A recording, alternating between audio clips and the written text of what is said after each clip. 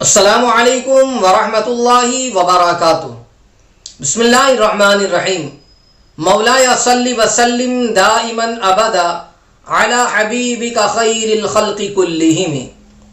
ناظرین محترم، گزشتہ جس طریقے سے عرض کیا تھا کہ بیماری سے شفا یابی کے لیے وظیفہ جو ذکر کیا جائے گا، آج اسی کو آپ سماعت بھی کریں، اور اگر کوئی مریض، کوئی بیمار آدمی اس کو پڑھ کر دم کر دیں، انشاءاللہ العظیم اس کی برکت سے ضرور شفا میسر آئے گی۔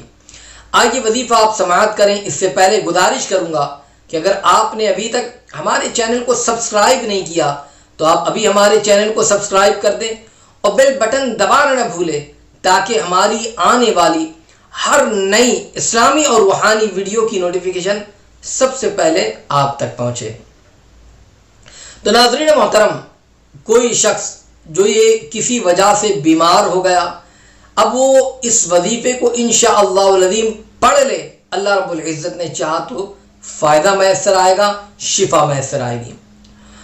اور وہ اس طریقے سے پڑھنا ہے کہ باوضو ہو کر 2 رکعت نفل نماز ادا کر لیں، ذکر و اذکار توبہ و استغفار کر لیں، 11 مرتبہ اول اور اخیر میں درود مبارکہ پڑھ لیں، درمیان میں 111 مرتبہ یا سلامو کا ورد کرنا ہے۔ یا سلامو 111 مرتبہ، اول اخیر 11 مرتبہ درود مبارکہ کو شامل کر لیں، پانی پر دم کر لیں اور پھر اس پانی کو وہ پیتا رہیں۔ انشاءاللہ العظیم اس کی برکت سے رب تبارک و تعالی نے چاہا تو انشاءاللہ بیماری ختم ہو جائے گی اور اللہ تبارک و تعالی شفا عطا فرمائے گا۔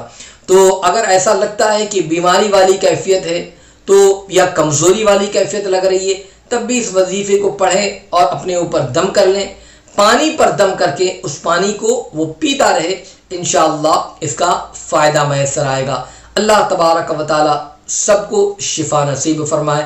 انشاءاللہ آئندہ جو وظیفہ ذکر کیا جائے گا، ہمیشہ تندرست اگر کوئی رہنا چاہتا ہو، تندرستی کے لیے، شہرت کے لیے، عزت و وقار کے لیے، گھر میں خیر و برکت کے لیے، انشاءاللہ العظیم وہ وظیفہ اگر پڑھیں، انشاءاللہ اتنے سارے فائدے اس کو حاصل ہوں گے۔